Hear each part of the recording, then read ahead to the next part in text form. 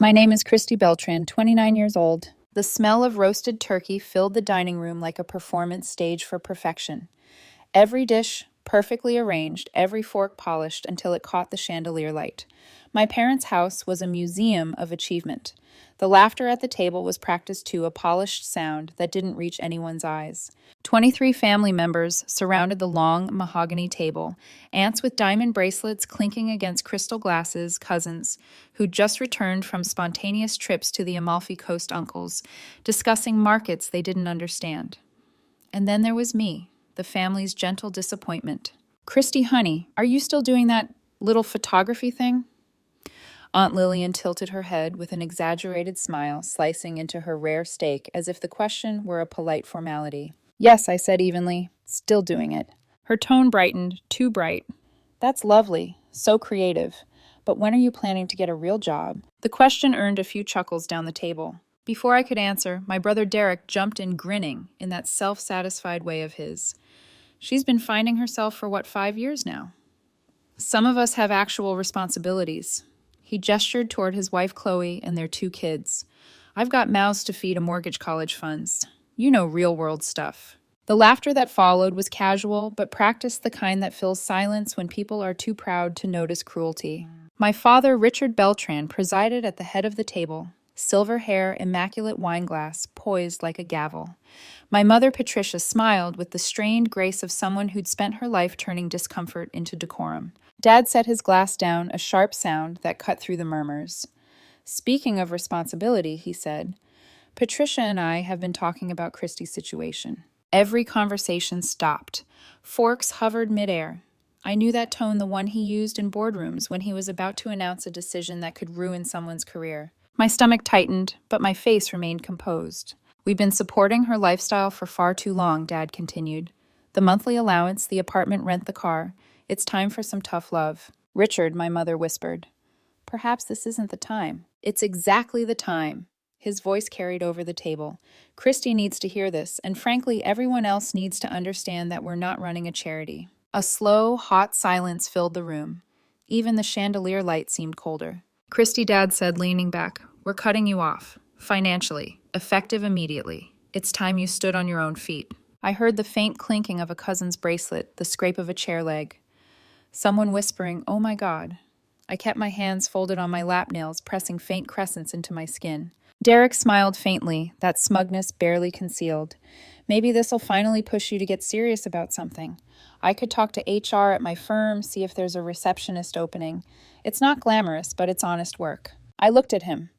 Really looked at him, the expensive watch he hadn't paid for the cufflinks he thought were his, the faint trace of arrogance that came so easily to men who never had to earn what they were given. That's very generous of you, I said quietly, pushing back my chair, but I'll pass. Mom's voice softened.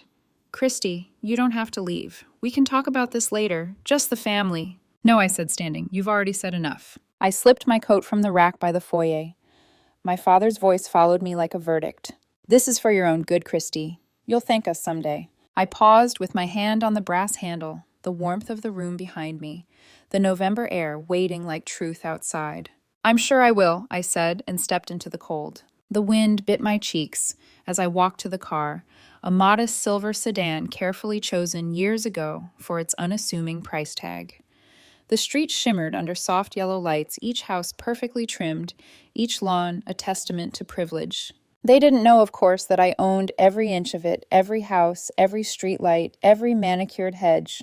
The subdivision they bragged about living in was mine. As I started the engine, my phone buzzed. A text from Derek. Don't take it personally. Dad just wants to motivate you. Maybe this is the push you needed. I smiled faintly. Motivate me. I drove back to Queens to the apartment my family believed was my humble refuge. The elevator creaked. The walls smelled faintly of old paint and someone's burnt dinner. I unlocked my door and walked into simplicity. Plain furniture, one camera on the counter, and the quiet hum of my computer waiting in the corner. I poured myself a glass of wine and sat before the screen. A single password unlocked the world they never saw. Across the monitors, rows of numbers, accounts, and assets lit up like constellations. Meridian Holdings, Westfield Development, Morrison Industries, Real Estate Technology. Global investments, each line another thread in the empire I'd built silently beneath their feet. On one monitor, a figure glowed in bold digits, 847,000. I stared at it not with pride, but with an odd emptiness. 8 years of quiet construction. 8 years of letting them believe I was small. My phone rang again. Dad's name lit up the screen. Christy, he said, his voice soft now, paternal. I hope you didn't take tonight too harshly. Your mother worries you're upset. I'm fine, I said. I've been thinking about what you said. Oh, his tone brightened. I'm glad. It's time you took control of your life, sweetheart. I agree, I said. In fact, I think it's time I took complete control of my finances. All of them. He chuckled, unaware. That's the spirit. Independence. Responsibility. You'll thank me one day. I already do, Dad. When the call ended, I sat in silence. The wine tasted sharper now. If they wanted me independent, I'd give them what they asked for: complete independence. Outside, the city lights bled through my window like reflections of something I no longer needed to hide from. The night was quiet, the kind of quiet that comes before an earthquake. By Monday morning, the Beltran family would understand the cost of underestimating their struggling daughter. And for the first time in years, I felt free. When I woke the next morning, the city was still wrapped in fog, the kind that softens even the sharpest corners of New York. I brewed my coffee, opened the curtains, and looked down at the street below. To anyone watching, I was just another woman in an aging apartment complex, sipping her morning drink before work. Ordinary. Forgettable. But behind that thin veneer of modesty, every brick in this building belonged to me. Every rent check that came through its mail slot found its way into one of my accounts. 11 tenants paid me faithfully every month, unaware that their landlady was the broke daughter of Richard Beltran. I turned to my desk, where 3 screens blinked awake at my touch. With a few keystrokes, my world came alive: charts, figures, portfolios, and encrypted correspondence. Numbers pulsed like heartbeat patterns. 8 years. That's how long it took me to build my empire from the ground up, brick by brick, deal by deal. It started with nothing glamorous. A college internship at Goldman Sachs, one everyone thought was an errand job. I wasn't fetching coffee, though. I was studying how money moved when people weren't watching, how fortunes were built quietly without applause. I watched how markets reacted to emotion, fear, greed, pride, and I learned how to move in the silence between them. When I graduated, I used every dollar I'd saved, along with a small, high-risk loan, to buy a derelict brownstone in Brooklyn. I lived in the back room with peeling wallpaper and a leaky sink while I renovated the rest myself. I learned to negotiate with contractors, to read the language of property law, to smell when someone was lying through a handshake. When I sold that house 2 years later, I made 3 times what I'd paid. That was the first domino. I reinvested, bought 2 more, then 4. By 2018, I was sitting across from real estate attorneys who assumed I worked for someone else. I let them think so. The less they saw of me, the better. As the fog began to lift outside my window, my phone vibrated, a coded alert from Meridian Holdings. One of my subsidiaries had closed a deal overnight, a small tech firm in Singapore, projected return of 21% in Q2. I smiled faintly. My father's dealerships had been hemorrhaging money for years, a secret even his accountant didn't know. I'd quietly injected capital into his companies through shell entities. My mother's charities, which made her the darling of Westchester's social scene, survived entirely on my anonymous donations. Even Derek's consulting firm, the one he bragged about endlessly, had been sustained by contracts I arranged through my network. They all thought they were self-made. In truth, they were puppets I kept from collapsing. That's what made last night's dinner so ironic. My father's big declaration cutting me off was only possible because of the invisible strings I'd woven beneath him. Without me, the entire show would fall apart. I scrolled through the accounts one by one: dealership trust funds, credit guarantees, home loans, tax shelters, all mine, all built to protect them, and now all ready to be undone with a single call. Still, it wasn't satisfaction I felt. Not really. There was an ache underneath the calm, a bruised tenderness that only comes from loving people who will never see you clearly. I wasn't angry at my family for underestimating me. I was angry at myself for needing their approval in the first place. My phone rang. Again, the screen flashed Dad. Christy, he said warmly when I answered, his tone syrupy with self-assurance. I hope you got some rest. You know, your mother's been worrying you might have taken things the wrong way. I leaned back in my chair, eyes on the skyline beyond my window, gray towers dissolving into the mist. I'm fine, Dad. Good. You know, this could be a turning point for you. I was thinking, Derek mentioned his firm might take you on as an assistant. Could be a nice start. I almost laughed. An assistant? Yes. Work your way up. Learn structure discipline. You'll thank me later. I could hear the faint sound of a spoon stirring coffee on his end. That small, ordinary detail, so human, made what I was about to do feel almost cruel. I appreciate the advice, I said softly. In fact, I've already decided to make a change. That's wonderful, he said. What kind of change? I glanced at my screens, the countless accounts with their family names attached. The kind that starts with cleaning house, I said. He chuckled, oblivious. That's my girl, finally taking responsibility. Yes, I said quietly. Finally. When the call ended, I sat in silence for a long time. The hum of the monitors filled the room. I reached for my phone again and opened my private contact list names that no one in my family knew existed. Elise, my financial advisor. Reed, my corporate attorney. Marcus, my lead strategist at Meridian. I sent 3 short messages. To Elise, freeze all trust-backed lines connected to Beltran family accounts. Effective immediately. To Reed, begin withdrawal of guarantees on dealership loans. Notify me when complete. To Marcus, initiate audit sweep on subsidiaries tied to Westchester properties. Full reset Monday morning. Each sent notification flashed across the screen like a heartbeat. Then I opened one last file, a folder I'd labeled Inheritance. Inside were detailed spreadsheets, financial flows, and notes outlining every account I'd ever used to prop up my family. I stared at the totals. It was staggering. I whispered into the stillness, time to teach you what independence feels like. The cursor blinked, waiting for my next command. With a few keystrokes, I executed the sequence that would alter every Beltran account in the country. Not delete, not destroy, simply sever the invisible lifelines that kept them afloat.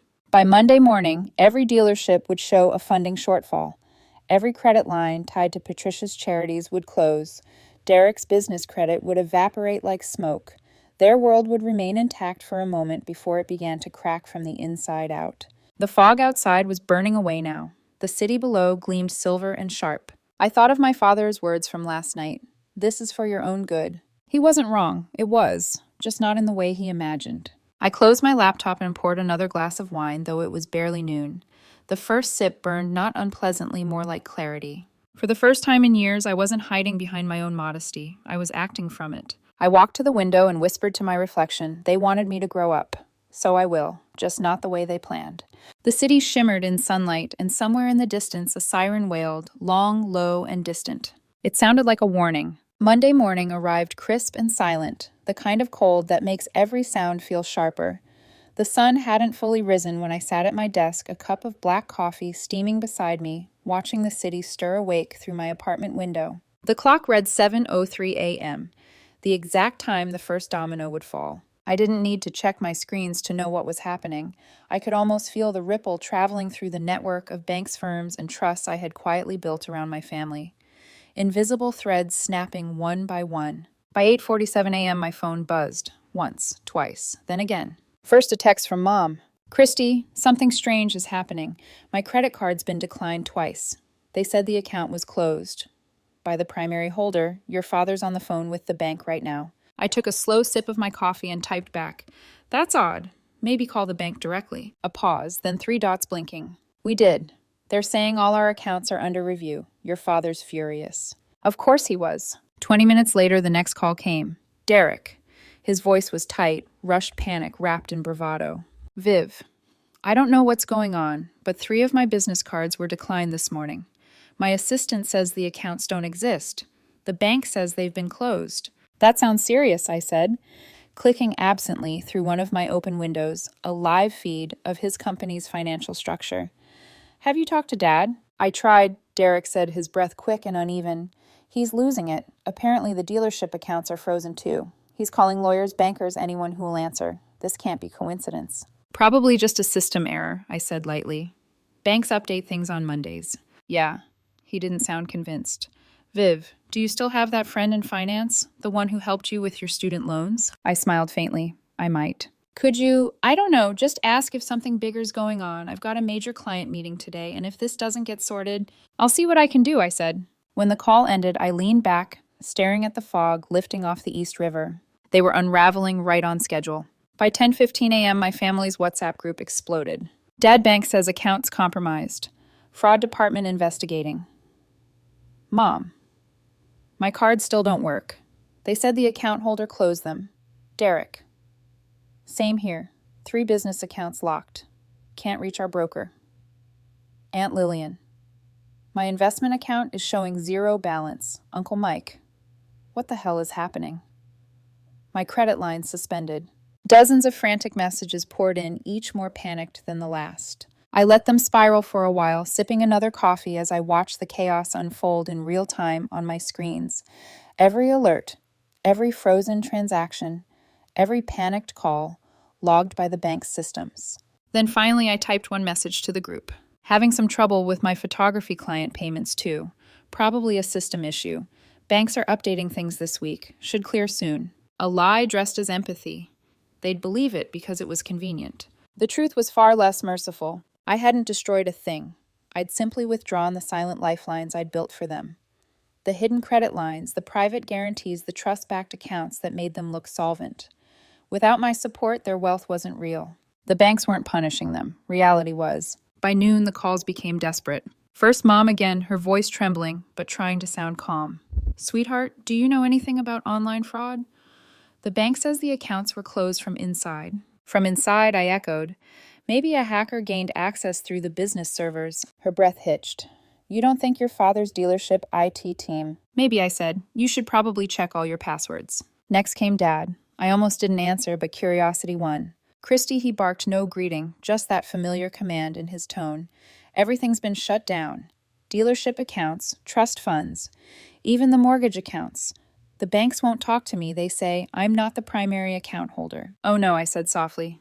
That sounds complicated. Complicated. His voice rose sharp and furious. We're talking millions frozen overnight. Someone's sabotaging this family. I'm sure you'll figure it out, I said evenly. Don't you dare be smug, Christy, he snapped. This is serious. Whoever did this will pay. Then I'd start by checking the mirror. Dad, I said quietly. Sometimes sabotage starts with arrogance. There was a pause, the kind of silence that hums just before realization hits. Then he exhaled hard and hung up. By 3 p.m, they had looped in lawyers, accountants, and even the police. But there was nothing to report. No theft. No fraud. Just missing access to money that had never truly been theirs. I walked to my window, watching the daylight fade into the gray of early winter. Somewhere in Westchester, my father was shouting into a phone. My mother was probably crying in the kitchen, her perfect world cracking. Derek would be pacing, trying to keep his staff calm, insisting that everything was fine. And through all of it, I felt conflicted. Not victorious, not exactly guilty either, just aware. Aware of the quiet irony that while they were scrambling to understand what had gone wrong, I was sitting in the same modest apartment they pitied me for more in control than I'd ever been. I opened my laptop again. My inbox was already filling with notifications, banks confirming the closures, corporate alerts, auto-generated warnings. One message stood out from my financial advisor, Elise. All directives completed, accounts isolated, Beltran-linked funding fully suspended, estimated full operational impact by 5 p.m. 5 p.m. I leaned back and smiled, not cruelly, just tiredly. It was almost over. The empire I had built for them was gone, and what remained would finally reveal who they were without the illusion of wealth. I poured another glass of wine, the third of the day, and let the glass catch the fading light.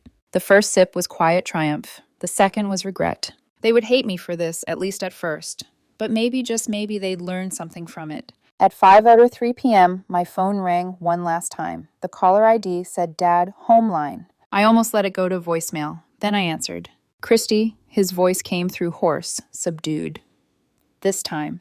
We're calling a family meeting tomorrow morning, 9 o'clock. Everyone's coming. We need to figure this out together. Of course, I said. I'll be there. He hesitated before hanging up. Christy, he added quietly, this family's falling apart. I looked at my reflection in the dark window, calm, distant, untouchable. No, Dad, I said softly after the line went dead. It's just waking up. The Beltran mansion looked different that morning. It wasn't the house itself. The white pillars still gleamed. The manicured hedges were still perfect, but the air was off.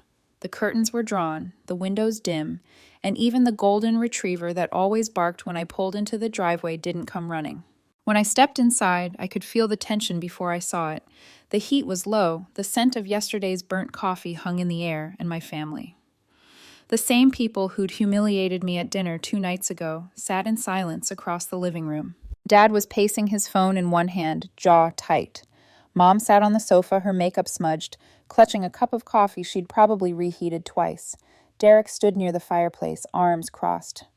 His usual swagger, replaced by a stiff kind of unease. Even Uncle Mike was there, eyes hollow. His leather jacket creased as if he'd slept in it. They all looked up when I walked in. Christy, Dad said, exhaling heavily.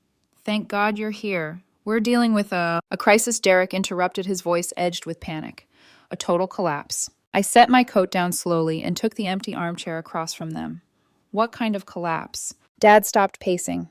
A financial one. Every account, every credit line, every dealership fund gone.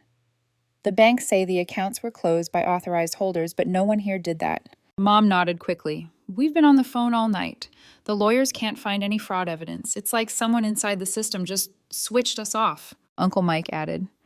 And it's not just them. My credit lines froze too. Even my construction company's payroll bounced this morning. I let the silence stretch, pretending to think. That's strange, I said finally. It sounds like someone with significant access. Someone who knows all your finances, your dependencies, your accounts. Derek's eyes flicked toward me.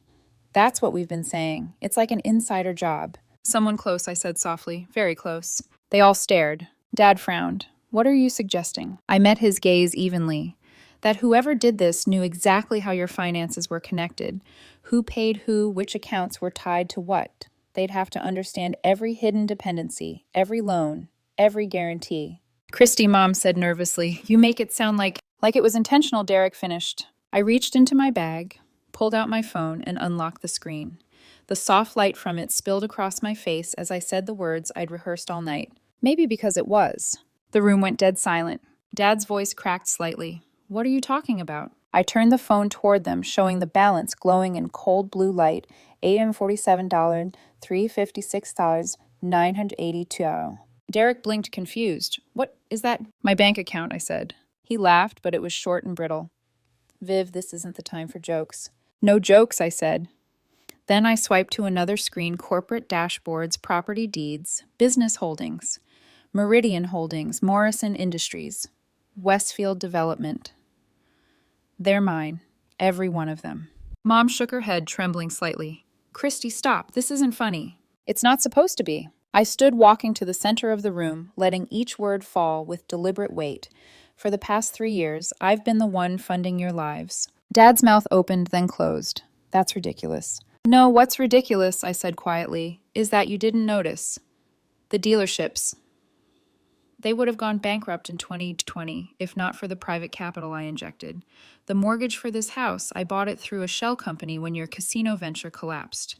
You've been living in my property for 3 years. Mom's cup slipped from her hand and shattered on the floor. Derek's face drained of color. You're saying? I'm saying, I cut in, that you've been tenants in my house, driving my cars, using credit lines. I established spending money you never earned. Dad stepped forward, shaking his head slowly. Christy, you expect us to believe that? You, the girl who takes pictures for a living? I gave a small, humorless smile. I live in Queens because I own the building. I take pictures because I love it. But I don't need the money. I haven't needed it in years. I walked to the window and gestured toward the neighborhood outside. You see that entire street? The manicured lawns, the hedges, the streetlights? They're mine too. I own this subdivision. Bought it through Meridian Holdings when the market was low. You've been bragging about your neighborhood while paying property taxes to me. Mom whispered, Oh my God. Uncle Mike muttered, Jesus, Viv, and sank deeper into the couch. I turned back towards them. You wanted to teach me independence, to cut me off.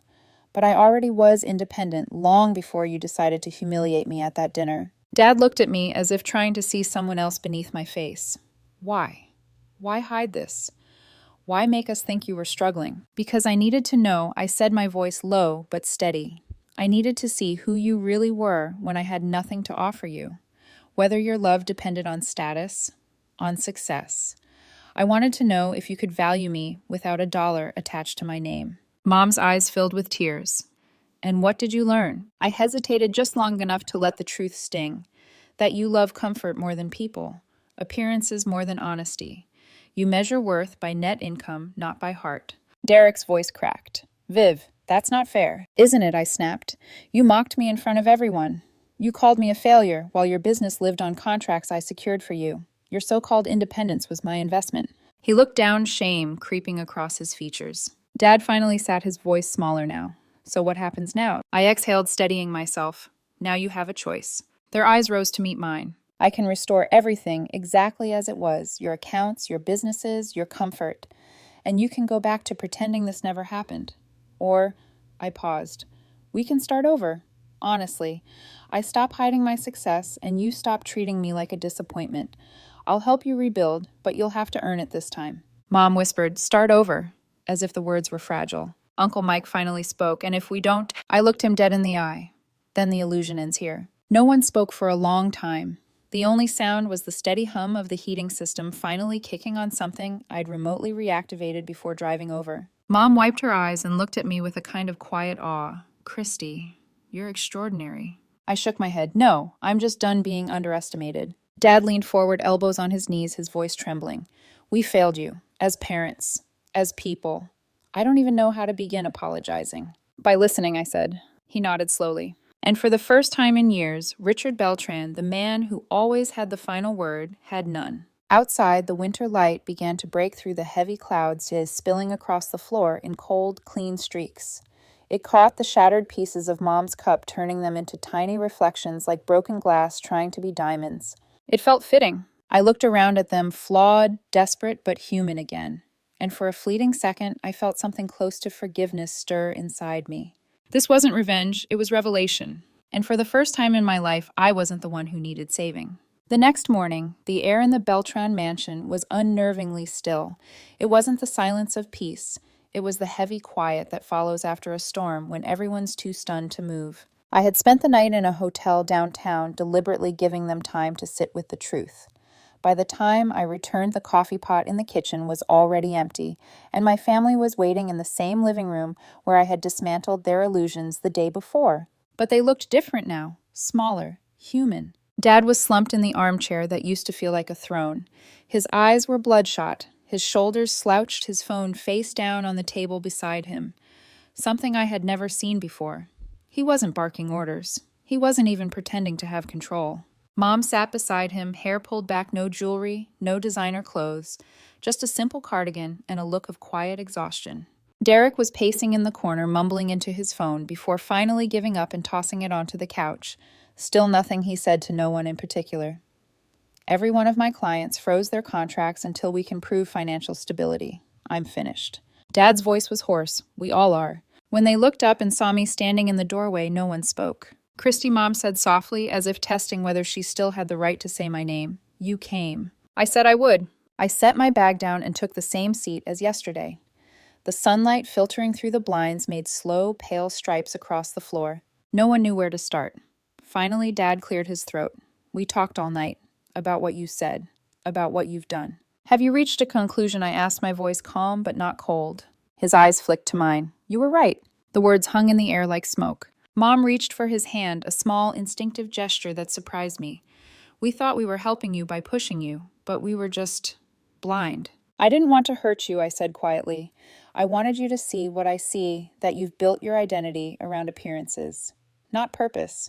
Derek scoffed under his breath. Easy for you to say. You've been living like a ghost billionaire pulling strings while we thought you were broke. Do you think it was easy? I shot back. Do you think watching my own brother pity me felt good? You were the golden child. You had everything handed to you, and still it wasn't enough. You wanted recognition for a success I built for you. His jaw tightened, but he didn't argue. You could have told me. Would you have listened? That stopped him. The answer was written all over his face. Mom exhaled shakily. You've been holding this family together without any of us knowing. That kind of burden. It must have been lonely. It was, I admitted. But loneliness isn't what broke me. It was realizing that you only loved the version of me that needed saving. The room went still. Dad rubbed his forehead. I thought I was protecting you. That's what fathers do. Protecting me, I said. By embarrassing me in front of the entire family.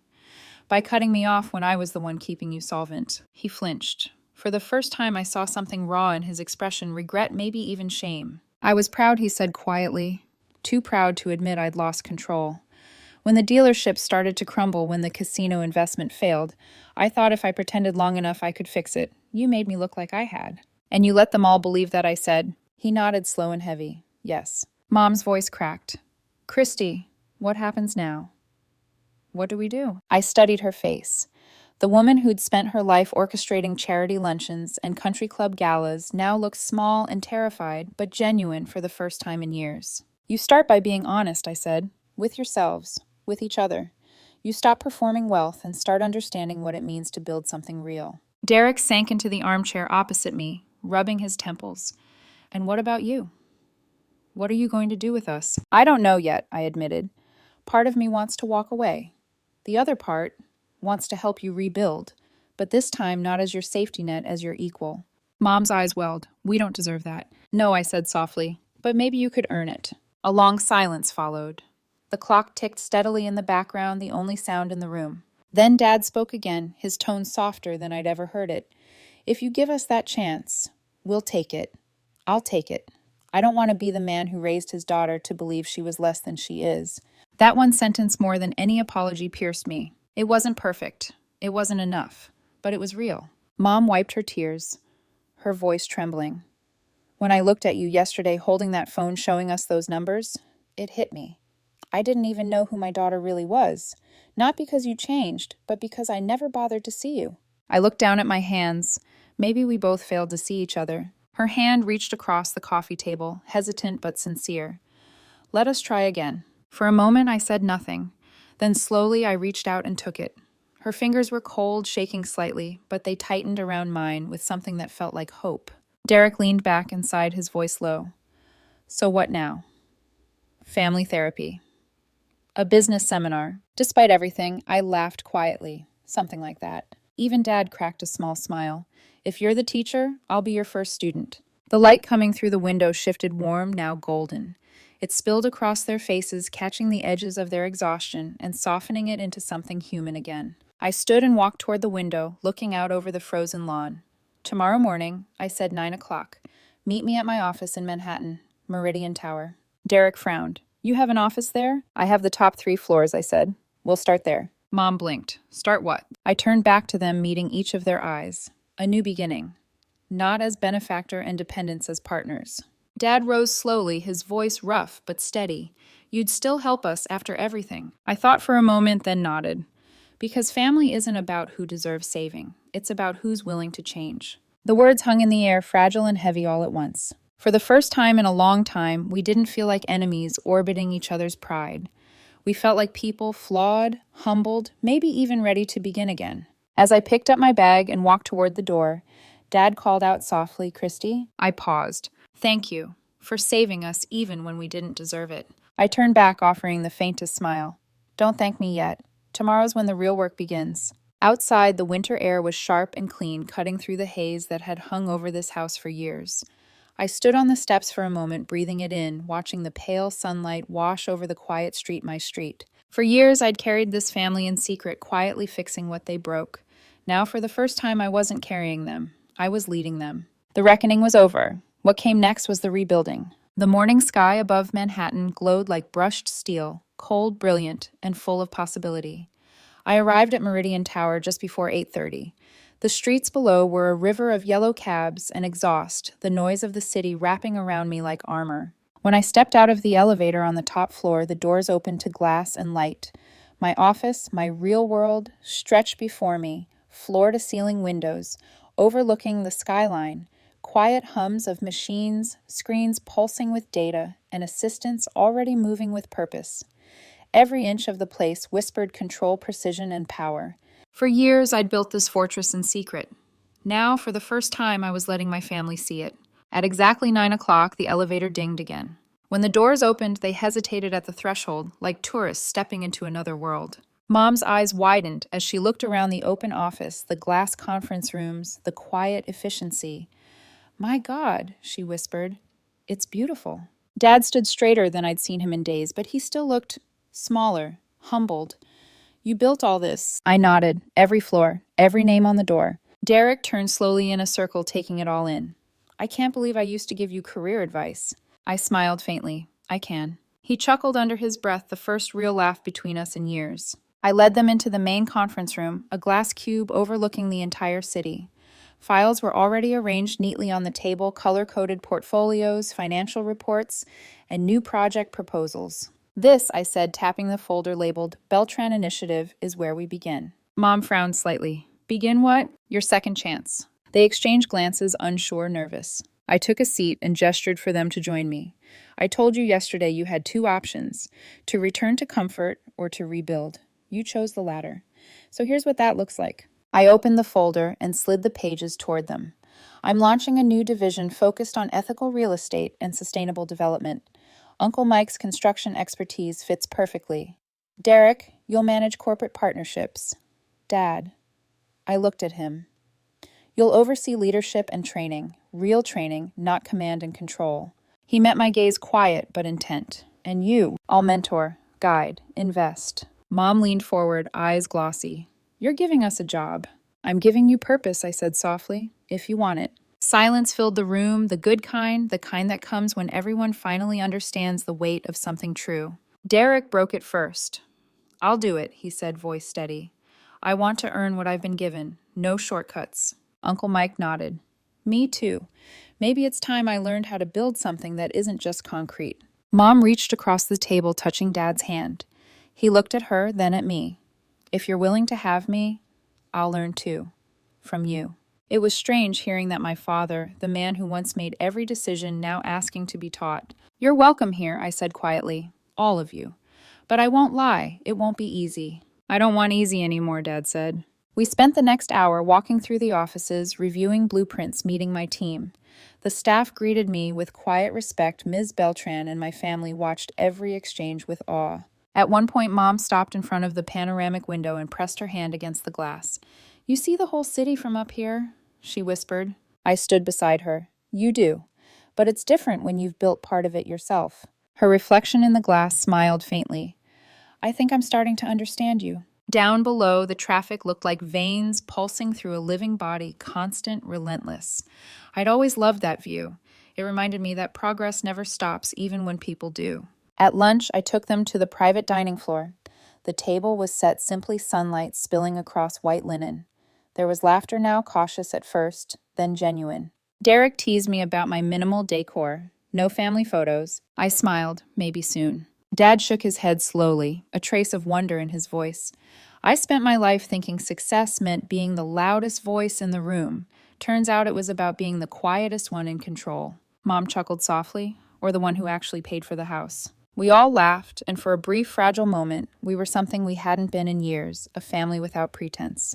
When lunch ended, they left the building together, and I stayed by the window, watching them disappear into the crowded street below. For years, I'd watched them from a distance, pretending to be smaller so they could feel bigger. But now, standing in my glass tower, I realized something important. The point wasn't to shrink or to tower. It was to stand level. That evening, I returned to my apartment in Queens. The same modest walls, the same creaking elevator, the same view of streetlights flickering on as dusk settled. It wasn't luxury, it was home. I poured a glass of wine and opened my laptop. Dozens of new emails blinked across the screen. Project proposals, partnership requests, congratulations from colleagues. But one message stood out from Dad. Subject, thank you. Christy.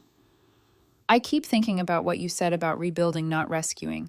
I want you to know that I'm ready. We all are. You didn't just save our finances, you saved our family. I'm proud of you, Dad. Another followed a few minutes later from Mom. You were right about love and appearances. I've spent years caring about how things look instead of how they feel. That changes now. Also, I found the old photo of you with your first camera. I'm framing it for your office. And finally, from Derek. I went back through my old business plans today. Half of them were yours. I just never realized it. Teach me to do it the right way this time. I closed the laptop and smiled, not the smile of victory, but of peace. Outside, the city pulsed with energy, endless, alive. I leaned against the window, watching headlights blur into streaks of gold. I thought of the girl who once sat at a Thanksgiving table silent while her family laughed at her, the one who walked out into the cold that night with nothing but a quiet smile and a secret empire. She didn't just survive their judgment. She rewrote it. Tomorrow we'd start working together, not as savior and dependents, but as a family reborn. A family that finally understood the difference between wealth and worth. And as the city lights glimmered like constellations below, I whispered to my reflection, they cut me off to teach me responsibility. Now I'll teach them what it truly means. I lifted my glass toward the skyline, not in triumph, but in gratitude. Because sometimes losing everything is the only way to see who truly built it.